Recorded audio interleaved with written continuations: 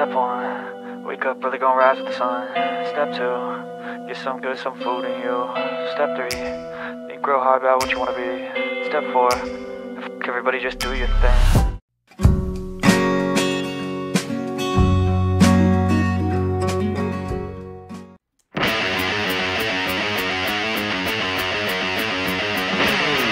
So what's up sa inyo mga detective? Napadaan ako dito sa Kogyo at may nakita akong kainan na may wanted poster sa mga One Piece characters, kaya napakain ako dito. Samahan nyo ako, tatakawin ko na naman kayo. Let's go!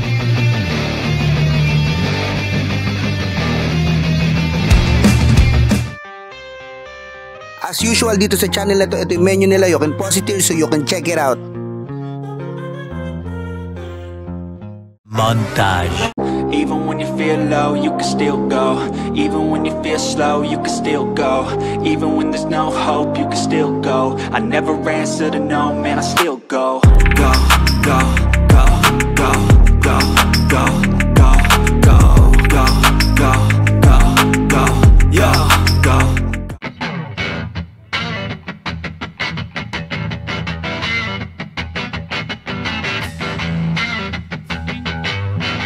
Nakita nyo naman na top silog ang in-order ko, and legit na sinangag yung kanin nila dito. And egg check tayo if malasado ba ito, pero hindi. Nakita nyo naman, pero okay na sa akin yung danas nito. Siyempre sa mga tops yan, hindi mawawala yung free soup, at dito tinikman ko agad at parang pinagkuluan ng baboy ito na dinagdagan ng broth cubes. Lagyan ko ito ng toyomansi with mantika ng chili garlic to improve the taste. And it worked, mas masarap. Tinikman ko yung tapa na wala bang kahit anong kasama. Nasa salty side siya. And it lacked any hint of sweetness. Pero okay naman kahit paano kasi masarap na may pagiging maalat niya. Sunod naman, tinikman ko to with egg and sinangag for the full tapsilog experience. Naging ayos siya kasi bagay yung alat ng tapa sa linamnam ng fried rice at sa kakulangan ng alat ng itlog. Nilagyan ko naman ito ng toyomansi with chili at titignan ko kung mag-improve yung lasa, pero lalong umalat yung mga nakasalamuha ng taste buds ko. This time naman nilagyan ko to ng ketchup para magkaroon naman ng tamis. At dito mas nag-improve, promise. Mas bagay ito. Dahil only gravy nga pala dito ay nilagyan ko ng gravy yung kanin ko at ganoon na din yung tapa. At ito yung pinakamasarap na nilagay ko sa tapsilog ko. Hindi lang pala only gravy, only rice din pala dito at wala na ako masabi pa. So that's it for this food trip. See you later. Kira kids. Bye-bye.